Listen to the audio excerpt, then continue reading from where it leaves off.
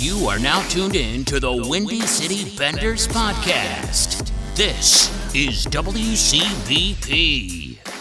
All right, welcome back to the WCB podcast presented by the Hockey Podcast Network, sponsored by DraftKings.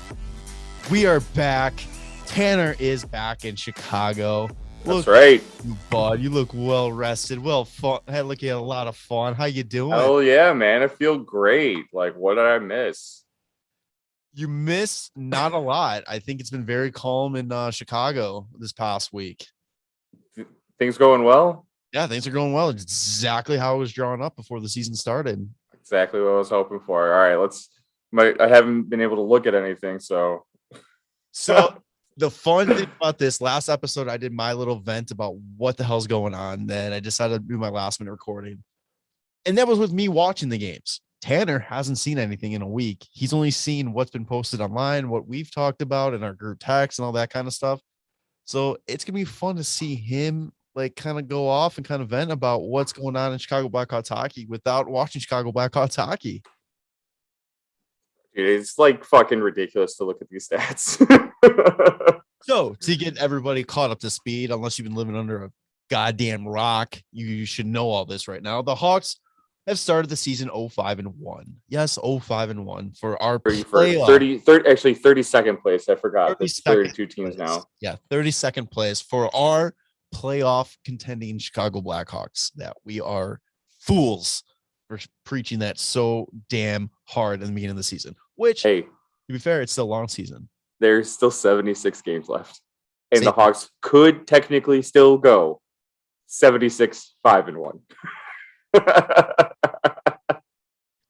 St. Louis Blues went on a tear much later in the season, so you never know. That's like the Penguins thing to do is like play like which also what the hell is going on with the Pittsburgh? They don't have anybody, but they're winning games. We have people and we can't win shit. And I don't know, but that's what usually Pittsburgh does is like they have a hard time at the beginning of the season, then they kick it into gear like January and fucking make the playoffs. But yeah, man, so, what a time to be alive right now. Fun things to like. I've been looking. The Hawks are currently in second in goals against per game for highest amount of goals against per game with a 4.5. 4.5. That's bad. Yeah, that's real fucking bad. That's like starting pitcher bad, ERA bad. Like this is not hockey bad. This is like bad for like a team that's going to like give up 3 to 4 runs a game with their pitcher bad. Do you want to know how bad it is? 5 on 5. The Blackhawks have only scored 5 goals. That's pretty good because there's been 6 games. 5 on 5. They've let up 22. That's pretty good too. You know, because the game we know it's all about the penalty kill and the power play. Which that's how you win games. Penalty kill looked amazing this year. Yeah, the penalty kill is 90% right now. Yeah, they are doing unreal. So you just have to go and take bench minors the entire season and just let the penalty kill take care of it. Yo, penalty kill is like, and power play is like 9th.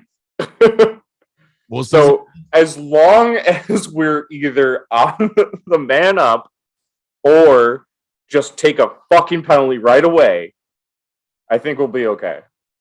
I think that should be the new strategy because clearly the defensive strategy for 5 on 5 is so fucking broken that it's more beneficial to us to play on the penalty kill. And I've said our penalty kill is going to be like very dangerous this year because of like Doc and DeBrincat, and I still think that's a thing. DeBrincat had a very nice, like I'm trying to think who it was against, that I don't think he realized how much time he had, and he shot it really quick. Oh my God, what team was that? I don't know. He was New Jersey. It was New Jersey. And he just goes and he has a quick shot, and I'm just like, dude, he had so much time. Like he was just a beast out there, that 2-way game. But Let's go out some more. What else would make the season so bad so far? Marc-Andre Fleury. Let's talk about him, our Lord and Savior that we were all so happy he was in. We made a big deal about him being in. He's in to play Chicago hockey. He should have fucking retired. I don't think so. I still think he'll play really well. Just based off of like some of the goals that I have been able to see, he's gotten like a lot of like shit bounces. So it's kind of in my mind, like there was the one I forgot. I think it was against Pittsburgh where it went off like 7, and then went like 5-hole. Yeah, and then apparently there was another one recently because I was just like seeing comments online about it went off of like 2 different players' skates and somebody's stick, and then like got tipped in. It might have been against Detroit. I don't remember. Last night, yeah, that was Bertuzzi's goal. Tyler Bertuzzi's goal went off of his skate, off of I think Connor Murphy's stick, and then into the net. But so I'm worried a little bit, and then I'm not really worried because it's either he's building up a lot of this like good bounce karma because he's got a lot of shit bounces right now. Because I mean, it's gonna have to fucking average out at some point, you know. Or is it averaging out from last season from him being a Vezina winner?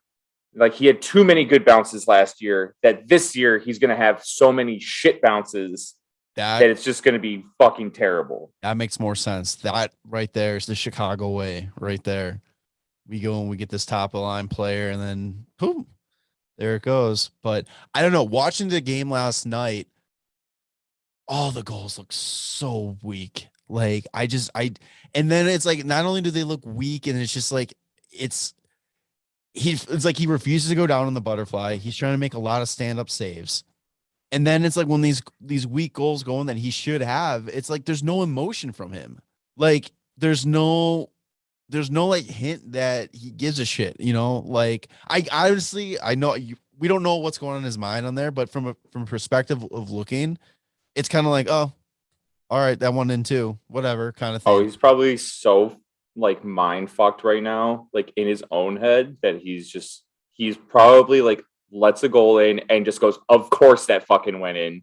Like that's the shit that whenever I would have like a bad run and like just trash goals are going in, you just like go into the corner and go like, what the fuck am I supposed to do? Like I can't stop anything. I cannot do a fucking thing to stop a fucking beach ball.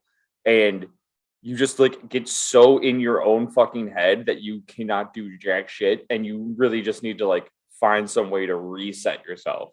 But this is all like good stuff right now because this is so early in the season. That's all I'm going to just spin everything to be good because this team, I think, is still going to be really good.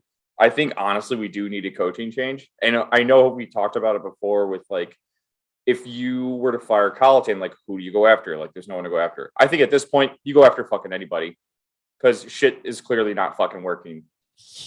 Here's my question. So since we're getting into this right away, well, 2-part. Yeah. Right? The first part, you talk about Marc-Andre needs something to kind of like a reset. Is that maybe starting Lincoln in the next game, maybe the next couple games? Oh yeah. I think what really needs to happen is like somebody needs to get a W. Like that's really what it is. Somebody needs to get a W, and then the room will start to feel a little bit better.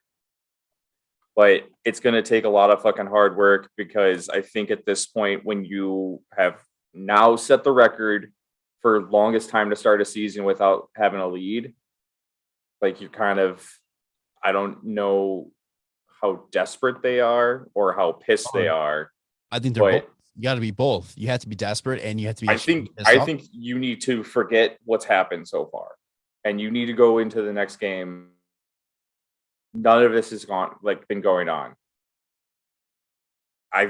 You can't go into every game having this play that they've had like hanging over them, because as soon as they let up a goal, the entire emotion of the team is going to become just non-existent. And it's just going to just go downhill right away. Quick comparison in goal is Lincoln has played 3 games, started 2 of them. He's 0-1-1 with 8 goals against, 2.9 goals against average, 8 .884 save percentage. Marc-Andre, 4 starts, 0-4, 5.75 goals against average with a .839 save percentage. Yeah, man.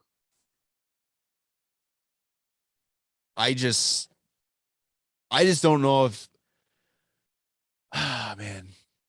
See, I was very optimistic going into the season, and clearly that has just shot myself in the foot. So I'm going very negative. You can spin good. I'm going negative. That's called balance, baby. Yeah. I think you need to give Lincoln the ball, let him run for a little bit and see what happens. If he gets that win, awesome.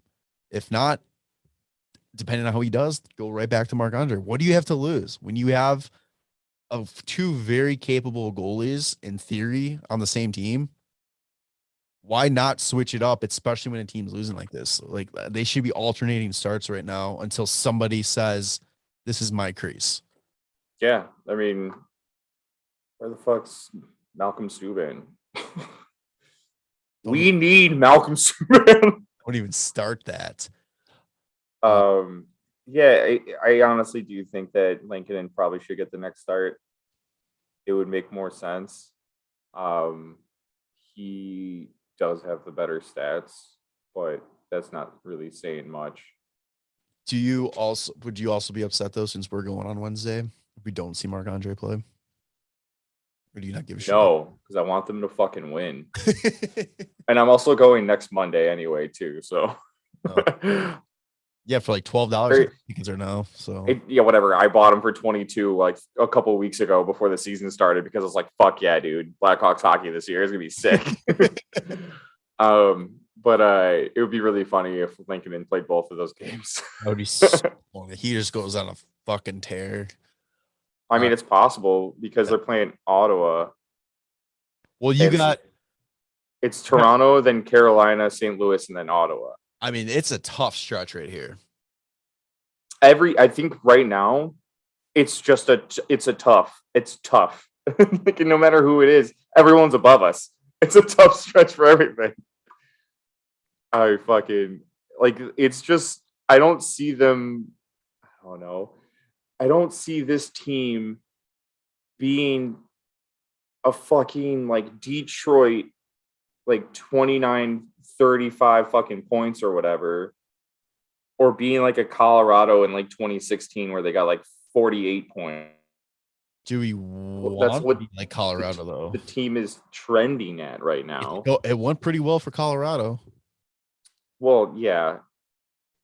Well, Colorado also had draft picks. They did. Yeah, they didn't have their they were getting a top 3 pick. They weren't giving away a possible top 3 pick. So that will bring me back to like the other point you were bringing up about Colliton and all that kind of stuff. Personally, I think at this point, you need a fresh look on this whole organization. And I know you're probably going to roll your eyes at me when I'm saying this, but I think you need to clear house front office. Let a new front office guy come in here, fresh eyes on this team, replace Stan. Let this guy pick who the next coach is. I think if you let Stan pick another coach, you're just signing up for more of the same. Colliton 2.0. Yeah. Like, and I feel so bad for Colliton. I feel for the guy like so much because all the hate he's getting online, this isn't his fault.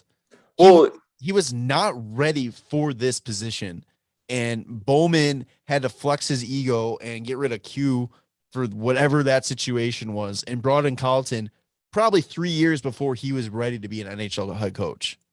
The thing that I have an issue with Colliton at this point now is it's like for the past 3 seasons, we've been like, can't blame the coach. The team's fucking bad. Yeah. Like, this team is not bad.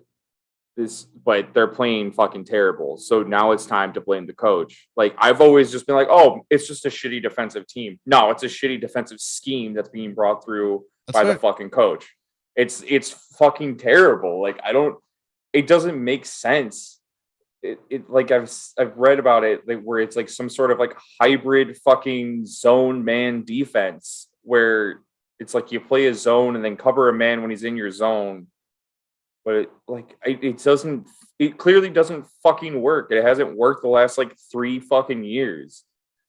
And then, like, you try and get this team that's like a much more talented adapt to this nonsensical fucking defense when you choose either zone or man. It's worked for every team. It's working for every team. I mean, only Arizona, who basically has fucking nobody, has given up more goals per game than us. Well, I mean, yeah, I completely agree with you. Like, I do think like either he needs to simplify his schemes or he's got to go kind of thing. But it's like, it still doesn't change my opinion that this is a guy that was dealt a losing hand no matter what. He was in a no-win situation. Oh, yeah. That was fucked from the get-go. I could have told you. I'm honestly surprised it took this long to be this completely fucked with this guy. The only way he wouldn't be fucked if he had won a cup within or by now, because I mean anybody who comes in after Q was guaranteed to be screwed. There's no way. But I just can't hear about this type of hockey that they're playing knowing the type of players that we fucking have. Like, it's fucking ridiculous. Yeah, and it's just like, oh man, I don't know. And I think that now that this is going to start affecting the Wirtz family, where it means the most to them, their pockets. They consecutive sellout streak ended at 535 games yesterday. 535. And I think the Wirtz are going to kind of start to realize like, oh shit, something's got to go. And if they were smart, they would bring in a whole new management in this and get fresh eyes, because I don't know how many times you can just count on the guy that kind of put this team put this team in this situation is just going to bail himself out. There's no way. Yeah. You saw what happened. He committed to a rebuild for a half of a year. Right. And then goes and finally we get some cap space and he goes and he spends it. Like, I don't blame the decision just because of utilizing giving up anything for it. He really improved the paper because clearly the team is not fucking better on ice. I don't know, like everything. It's like, I don't know, as a weird analogy, it's like I'm looking at the cover of this book and I'm like, wow, this looks like it's gonna be a good book. And then I open it up and there's fucking nothing in there. And I'm just like, where the fuck is it? Yeah. Where is this? Where does this looks great? Where the fuck is it? Like, I don't understand. And it doesn't help too. Now Kane is out for who knows how long because he's in COVID protocol. You lost, who else? Carpenter was out. Carpenter and Kyra, right? Or no? And then 2 assistant, Kyra. And 2 assistants. Coaches, including Mark Crawford, who, man, you say whoever can come in and is better than Colliton at this point. I think Crawford's more the same. And I don't know if you can give Crawford another opportunity because of all the crap that has happened with his past. Yeah. Fuck, man. I don't know. Let's go out and get Rick Tocchet. That was a name that was thrown out there. I would mean, people are talking about Torts. I would love Torts, but Seth Jones does not like him. So I don't see. And Torts would be great if we didn't have the makeup of the team that we had, or that we have. If we had a more Columbus like gritty type defensive team, that would make sense. But we have like but like he's more an offensive like powerhouse. Kane's offensive as fuck. Like Doc's gonna be very offensive. As of right now, Strome is just an offensive player. Like it's a lot of like very offensive heavy guys and kind of offensive heavy defensemen. Like Seth Jones is very offensive. Fucking Kalnick. I don't know. You think Torts would come in and try to make Patrick Kane fight like Patrick Laine? Did he? I don't. Yeah. Kaner's going to drop the mitts. He's going to fucking just be like, remember when I fought John Scott at the All-Star game? Yeah.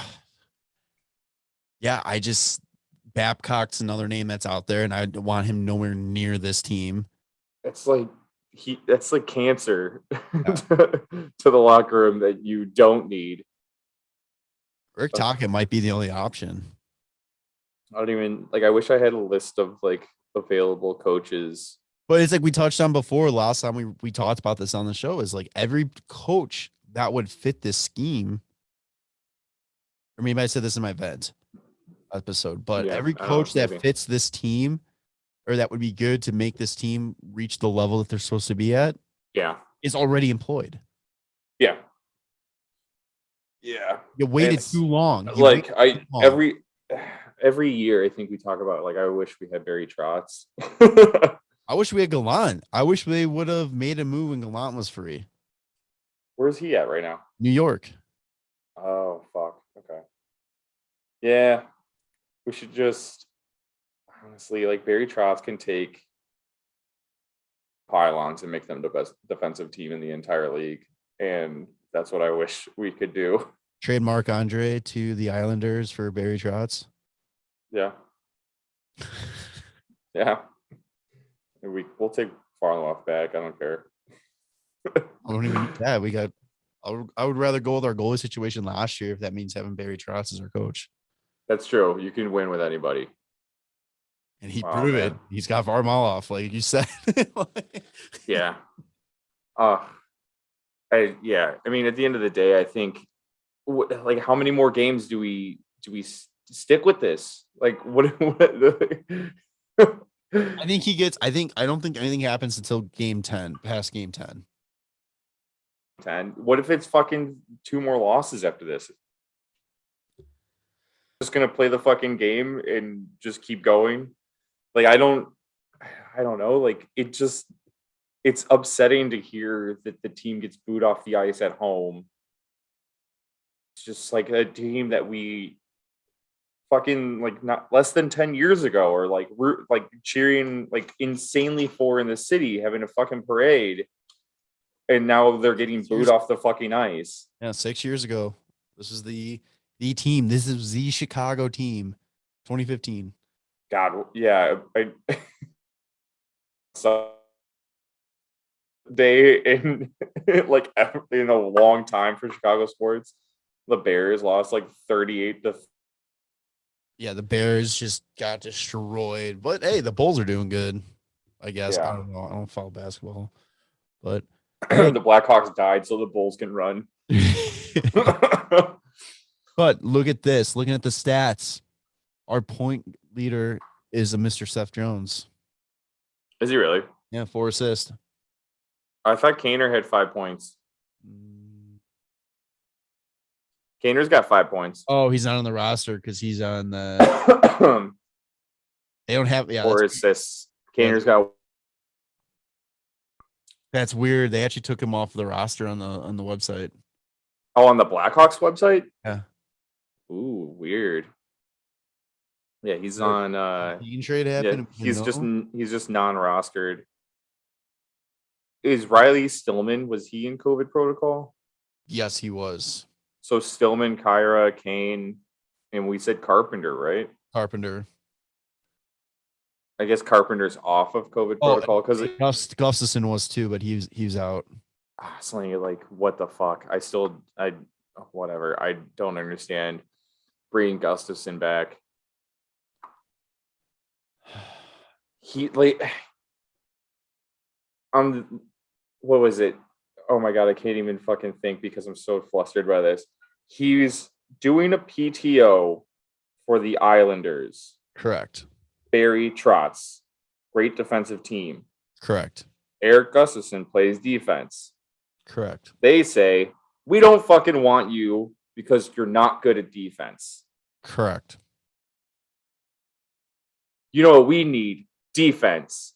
Let's get Eric Gustafson. Correct. Just why? Just why all the time with the second shot for everybody. And that right there is another reason why we need fresh eyes from the front office, because this whole second opportunity, it's like a make-a-wish for former Blackhawks that Bowman gives out. Oh yeah. Oh god, yeah. Your year's about to end. Here, take a roster spot. Here, let me give away, mortgage our future for you. Like that Andrew Ladd one, that paid off great. When's Keith's deal? We'll get Keith back next year at the end of his deal. We'll get him back. We'll give them more than what we got actually then too. Like what we did with Andrew Shaw. We're gonna trade for Seabrook's rights again too. Yeah. One last go. Just like Jesus Christ. I don't know, man. It's so frustrating. And then okay, I know you didn't watch the game, but you've seen all the tweets and all that. Well, let's talk about dry erase board gate. Yeah. I brought this up in our group chat, but like you brought up the fact how overblown and like just making like was it mountains out of molehills or whatever the saying is. Yeah. Like, are you kidding me? But I guess that's what happens when your team's 0-5-1 and hasn't had a lead once this season. Yeah. It's the situation is the Hawks went on a power play, right? And they called a timeout and they went to draw up a play and Colliton handed the whiteboard over to DeBrincat and he drew the play. Yes. And everybody's like, oh, you don't see that every day. It's like, yeah, man. But here's the thing. I had mentioned, or you mentioned, but I would mention to you that like there's two coaches in COVID protocol. Like the one that probably draws the fucking plays up, it probably isn't there. And DeBrincat probably knows the system very well. He's a very intelligent player. So he might have just like threw it together. And you mentioned you want to go into it about how DeBrincat. Yeah, he and on that 5-on-3, he had a amazing opportunity that I can never say the goalie's last name, but so I just call him Ned.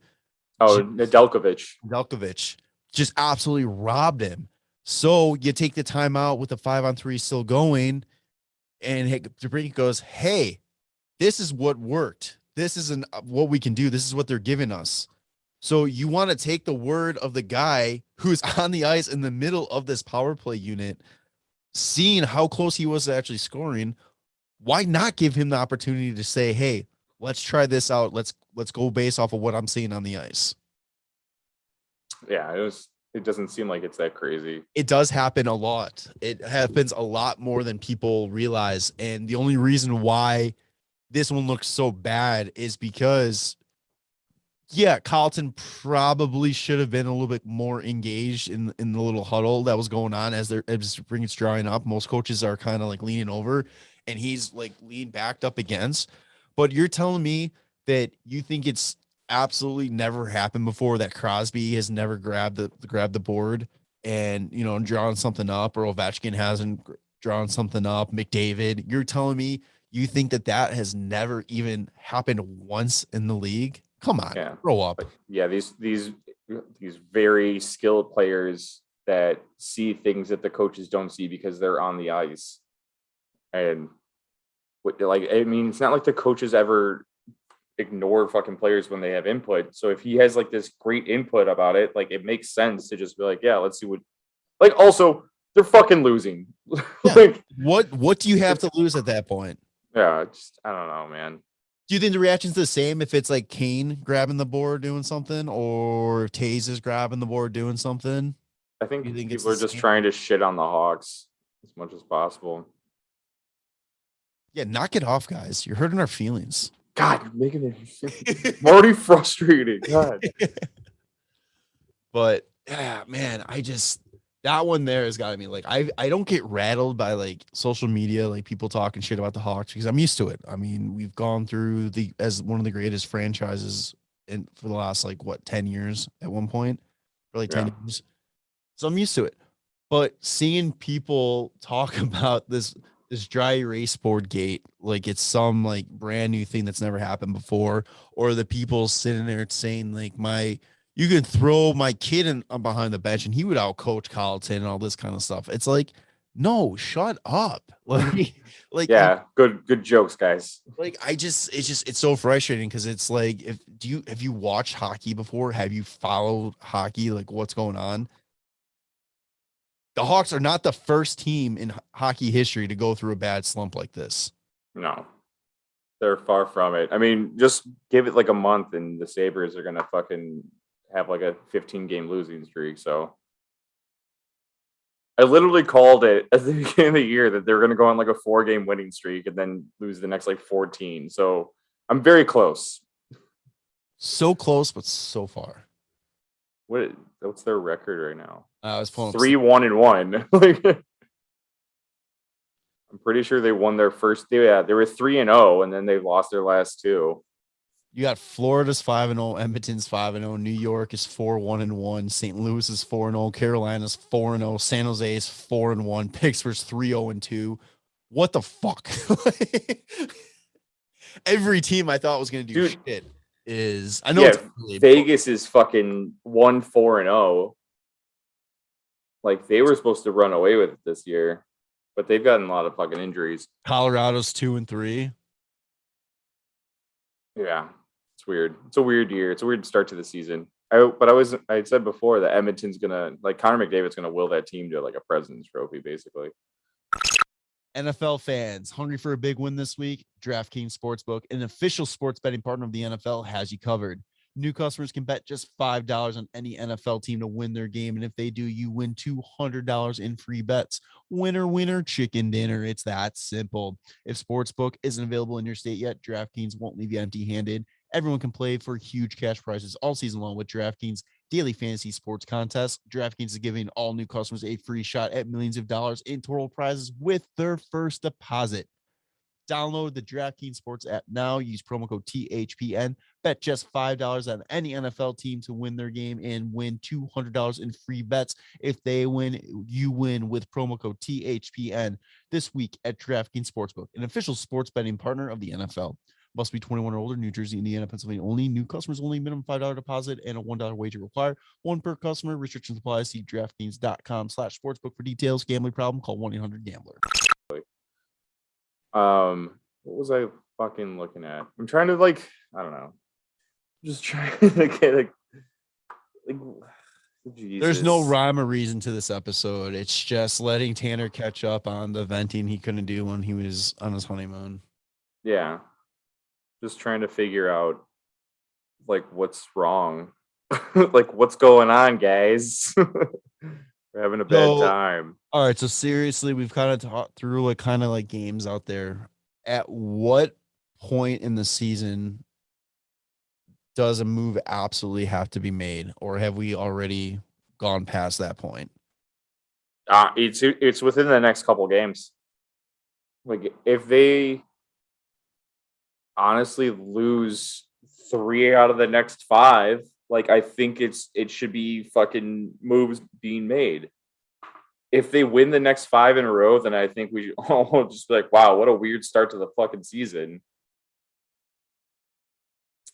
I don't know. Like, I don't see this team playing this bad for an extended amount of time. But, like, I didn't picture it happening for as long as it's already happened. I thought we might have lost the first 2 games. Kind of, I knew we were going to lose against Colorado. That was like a given, just because, brand new team, all that together, early on against Colorado was a fucking bag in. The fucking crazy thing about that game too is the fact that they lost it in the first 15 minutes, but then they won the next 45 minutes. Like, they went down 3-0 like right away, and then they were fucking dominant. It's vintage Blackhawks. You can't play a full 60. Yeah, but it was just like, okay, I understand being like really rusty, I guess, to start the season. But, like, then it just continued. Like, every game has just had a trash start to it. And that's the typical Blackhawks hockey. It's either you fucking go down right away, and the team is just basically a chicken with its fucking head cut off. Yeah. Or I think there's only been one game this year that they haven't let up the first goal within the first 10 minutes. Oh yeah. And that was when they lasted the Islanders. Yeah, to the second period. Yeah. Then the other type of Blackhawks hockey that there is during this shitty era of Blackhawks hockey is they go into the third with a lead and then fucking lose it. And it's just either one of those two types of games that happen, really. It's I just don't understand what happened, because this is kind of the same problems that really started the downfall for Quenneville. Yeah. I just don't understand why it's not being fixed yet. We're going on year 4 now. Yeah. And it's there. This is the time to make a move year. We've made the moves for the roster. Now if it's still a continuation of what's happened previously, then that's when the moves need to be made behind the bench or in the management. That's where something needs to be changed at this point. What do you think about Eddie Olczyk for either GM or coach? I don't know. I don't know what his I'm not too familiar with what he would be like as a coach or a GM. I know he was terrible in Pittsburgh, but Pittsburgh was really bad. I don't know. That's a name I've been seeing too. People are like, "What about Eddie O?" Get Wayne Gretzky behind the bench again. Oh God! Is it Phoenix days? Give Dennis Savard a fair shot this time. That'd be really funny. Let him, go until the next Quenneville comes along. Until Quenneville just comes back. I mean, if Stan Bowman's in charge, Quenneville he does have to make a return journey. He's an ex-Hawk. He needs to come back. I swear to God, I hope Bowman. I honestly, if that alert on my phone goes off that's saying the Chicago Blackhawks have announced the firing of Jeremy Colliton, and if it's now followed with or led into with and the firing of GM Stan Bowman, then I got no hope for this team this year. Yeah. I'm sorry. I know my word doesn't go really that far, because I hate that guy with a passion, and I think he is absolute scum. But I can't see this team changing when you have the same people. What's up, dude? Sorry, Taser. I can't see this team changing when the same guy who put him in this problem is the one that's in charge of fixing it. Because he has to, if he was able to fix it, he would have fixed it by now. I just, and I know I'm a broken record this episode saying the same thing, but it's just nobody knows. Nobody knows what's going to fix it. There's no answer right now, except for firing everybody. So, on a positive note, it can't get worse. If they continue to lose, it's just as bad as it is right now. You're telling me if they continue not to have the lead in a game for multiple more games, if we go 0-82, hey, or 0-81-1, cool. Let's get that record. Great. At least it'll be really funny too is then when we get third overall and that's not protected. I was just and about that goes to to Columbus. We'll go 0-81-1, and then we'll lose the draft lottery. We'll drop to third, and we don't even get a pick the first round. Yeah, and that's fine. Whatever, man. I don't know. It's frustrating. I want answers. I want change, really. Well, I don't think we're going to see any change until... When does Kalanick come back? He's got a couple more weeks. Fucking thought he was just week to week. It's only been a week. Well, week to week, at least 2. So it's only been once. Week to week. It's just one more week. At least 1 week, and I was hoping that's all it was. It's been like 10 fucking days, 11 days. Then you got Seth Jones or Caleb Jones. Yeah, but he's like a month away. That's not going to solve anything. I'm telling, like, we need different coaching. I'm not saying fire Colliton because I don't want to say fire anybody, but like make sure he doesn't have that job anymore. Like demote him back to Rockford. Demote him to Rockford, and then he can fucking hang out with Alex Nylander all he wants. Have a conditioning stint down in Rockford. Yeah. I don't know if anybody's close to Colliton and maybe like has coronavirus and he somehow ends up in COVID protocol. And then we see how the team does then. Yeah. Oh man. I'm not saying that. If he was just like you were saying, if he just simplifies his stuff, like it's at least the defensive stuff. Offense, the offense is snake bit, and there's nothing you can do for that. That, like, I mean, the only thing that's going to fix a broken offense that is snake bitten as this team is for them to start scoring. Yeah, and it's the whole bounces thing. Like, are we just that incredibly unlucky to start this year that like the fucking even that I saw the highlight of like the save that Nedeljkovic made on DeBrincat, and he just got like nothing on that puck, right? And it's like, oh, save of the year candidate. It's like he barely touched the puck enough to put it towards the net. Like, I think Nedeljkovic, if he really wanted to, could have probably stood the fuck up and kicked it away. Like, I mean, not like save of the year candidate seriously, but like it's very easy to track a puck that's floating like a goddamn muffin. Like, yeah, man, that should be like the title of the episode. I don't know, man. That's how every like statement ends. It's just like, what the fuck? I don't even know. That's gonna be the description too for this episode, because I've just completely lost track of everything we've talked about because we're just ping pong balling back. Right. Well, I mean, like, what is there to do? Like, go through each game and analyze each game. It's all the same shit. It's fucking terrible fucking bounces.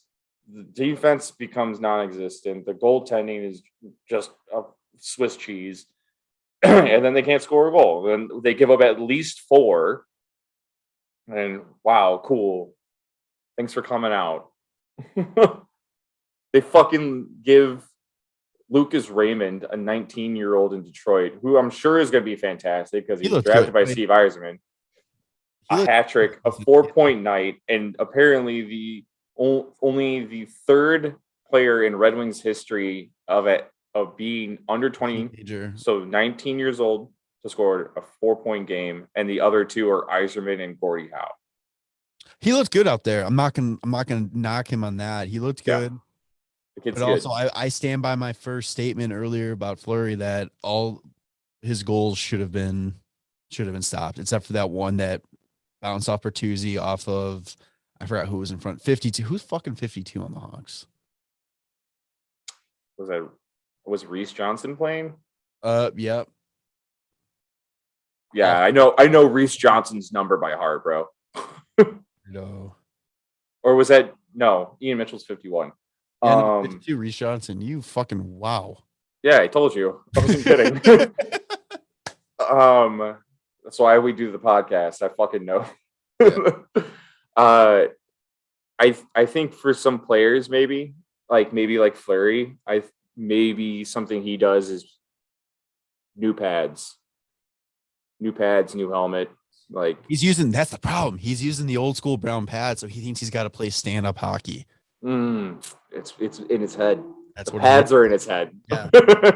Dude. But yeah, like it's stuff like that. Like it's people they're gonna have to change up their pregame rituals, like change up the way you tape your stick, change up what stick you use, like what's not working. Like you're not getting, like, if DeBrincat, he's got 1 goal or 2. He's only got 3 points. Maybe he switches up gloves. Maybe he switches up his stick. Like I don't know, Seth Jones, maybe he gets different skates. 2 goals, 1 assist for DeBrincat. Yeah. And how many of those are power play points? All 3. There you go. That's right. I mean, there's only 5 goals to go around for fucking 5-on-5. So that's cool. Kirby's 2-1. Kirby's looked great. Tyler Johnson's 1-2. He had a nice goal. His goal, I mean, it also was a very lucky goal. It was like the whole mantra too is just put pucks on net. It looked awesome because the way he protected with his feet and kicked it up to himself to get on net. But that's another thing. Pucks on net. Keep it simple. Like you there's too many times that they have shooting lanes, but they try to make that extra pass. They try to get cute with it. Yeah, you're not in a position to do that. No, not at all. Not when you're fucking losing games like that bad. You want to start getting cute? Put up 7 goals a game. Yeah. Don't have a lead. Yeah, exactly. Ugh. I don't know. I kind of love the fact that like everybody is shitting on us just because that's how much teams hate us and hated like our success. And that's how much people hate Seth Jones and his contract. And I just don't think that it's going to be that bad still. I still am in this zone of like, this team is playing terribly. It's Columbus all over again for him. And it can really only get better. Like when they fucking win a game, like I don't know. I don't think that they're gonna. I don't know. I don't think they'll beat Toronto. Like Toronto's had issues, but Toronto's turning around right now because they're playing Freddie.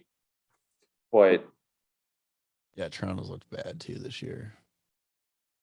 Yeah. Jeez, they're just gonna have something that'll happen soon. Well, they'll get a W. Oh, Buffalo's up 4-1 on Tampa right now. Yeah, Tampa sucks this year. What is going on? It's a fucking wild one, man. This is just I don't know, a weird season. I think Toronto's turning around. They're losing 3-1. I thought they were winning. Oh, they're losing. 3-1. Never mind, dude. We got a chance. We have a chance.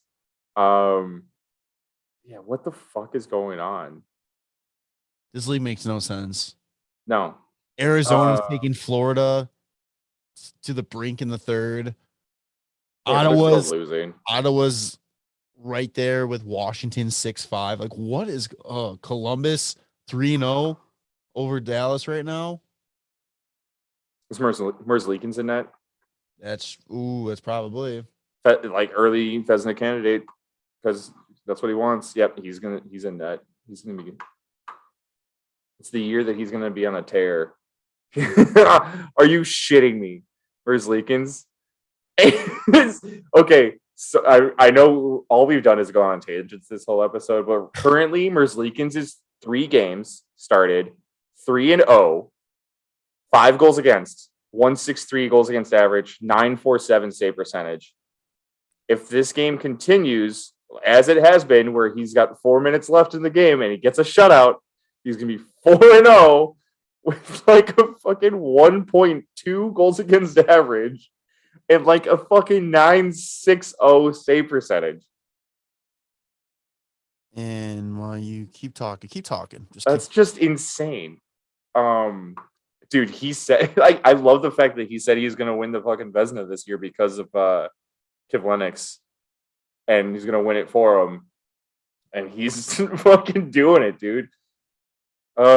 This is the type of shit that, like, whenever we made that Saad trade, I always wish that we got someone other than Anton Forsberg because they had all these goalies. Imagine? I just picked up Merzlikins. You what? Picked up Merzlikins in fantasy. Oh, yeah, I bet. We'll see how bad he does now. Yeah, it was going to... I figured that it was going to happen. I was thinking in my head, I was like, I wonder if anybody has him. Good shit. Every time I go to pick somebody up, I think it's either you or Noli goes and grabs them like hours before I go do it. I get so furious about it. You're welcome. Yeah, I mean, I don't know if this is just a crazy start to the season or if Don't get me wrong. I love it.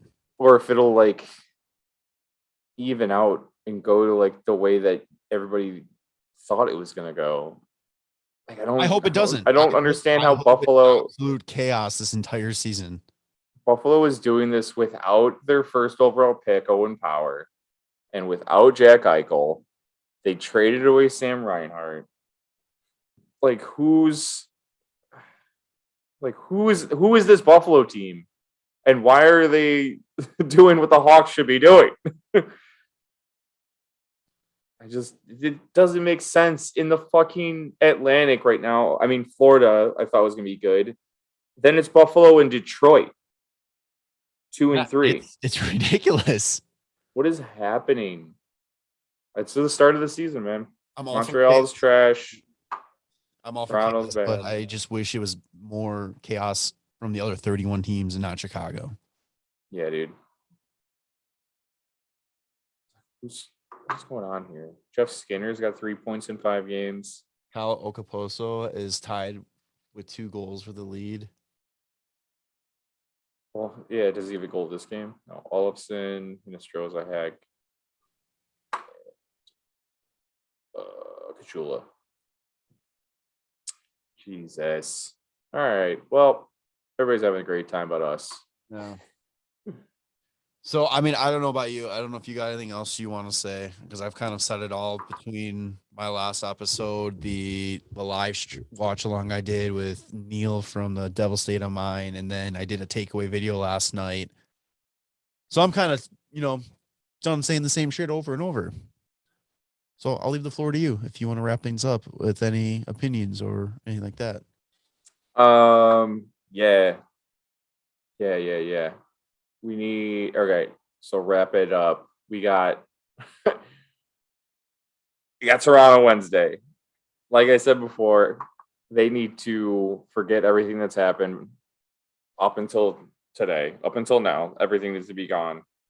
There was the tweet that came out recently that was like the Hawks at practice.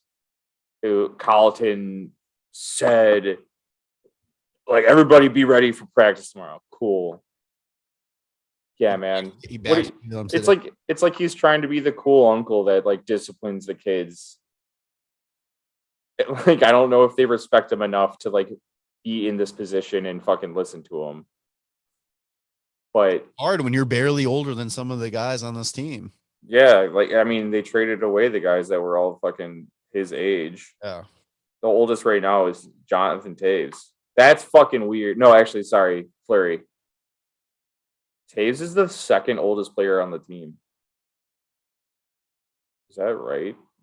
Who's injured? No. And Kane's the third oldest. You're younger.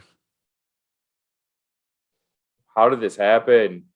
What happened to our lives? Dahan's younger than them? Yeah. No shit. I feel like Dahan's like 40. He's 30. Wow.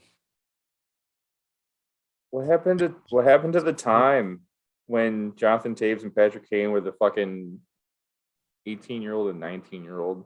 Now they're the second and third oldest players on our team. Jesus. Now it's becoming depressing. But yeah, I like if they lose, what they have this week is Toronto Wednesday, Carolina Saturday, Carolina Friday, St. Louis Saturday. Yeah. Be a very scary Halloween if they go 0-3. I think that if they don't win a game this week, they have to go into the next month fresh, new coach. I mean, this is like around the time frame too that Q got fired, right? Wasn't it like November? Yeah, but okay. So there's another thing. There was a thing that I saw. He was like 6-6-1, and it was like mid-November. But the other funny thing too was like right before Coach Q got fired, Kane was out like with like an injury, like a week prior. I'm kind of surprised that I wonder if Stan feels the pressure that he's going to get fired. I'm surprised if he hasn't tried to fire Colliton, and if Rocky was like, no, like, no, you made your bed, you gotta. Well, I mean, just because like a coach isn't working out doesn't mean that everybody has to go. Like he's like, No, not but this situation. I think it definitely needs to. If we don't come out with a fucking win this week, it needs to be completely changed. I think if we go 0-3 the rest of this week, I think everybody's gone. Without a fucking win in Yeah, the entirety of October. I think Bowman's gone. I think the coaching staff's gone. I think it's and if they don't make a move, let it be the entire people I want them to get fired or anybody. Like if they don't make a move, if they go 0-3 and they go the entire month of October without a win, I question ownership then. Yeah. Into what their commitment is, because I don't know what they want at this point, because the whole thing, the owners are crying poor, and now you're putting a product out there that could potentially, make you money up after the past year and a half, and then you're gonna let this shit happen and people are not gonna show up. Yeah, man. Like what? Like I don't know. Yeah. Sabres are at 5-1, by the way. Also, Dallas scored, so Merzlikins lost the shutout. I'm dropping his ass right now. Fuck it. Yeah, you better. And like we had mentioned, like I would love to see like somebody that we know that does well, like Tocchet. I think Tocchet would be a good fit, but honestly, you just go anybody. Like you need a change so badly. Is Tocchet on TNT right now? Yeah, I think so. Is he involved with the investigation at all? Oh, I have no idea. There was a name, like an old assistant coach. I can't remember. There was a coach. I can't remember who it was, but I was wondering if it was. I don't think it was Tocchet. I don't know why. For some reason, Tocchet stuck out. I ignore me. I digress. Yeah, that's a whole nother layer to the whole thing with Stan Bowman. Like, but yeah, I think that. Fuck, man. If Saturday ends against the Blues with a fucking loss, and that's the third one this week, you finish the fucking night by firing Colliton. And then I don't know if you just have somebody take over as an interim head coach. I'm assuming, yeah, clearly. Well, or if they're looking at anybody this week. I think the only way it's an interim coach is if they promote like Crawford or something. But I have a hard. Yeah. I just, for some reason, I just have the feeling it's either going to be nobody goes or everybody goes. I don't feel like it's going to be, oh, just move this guy up.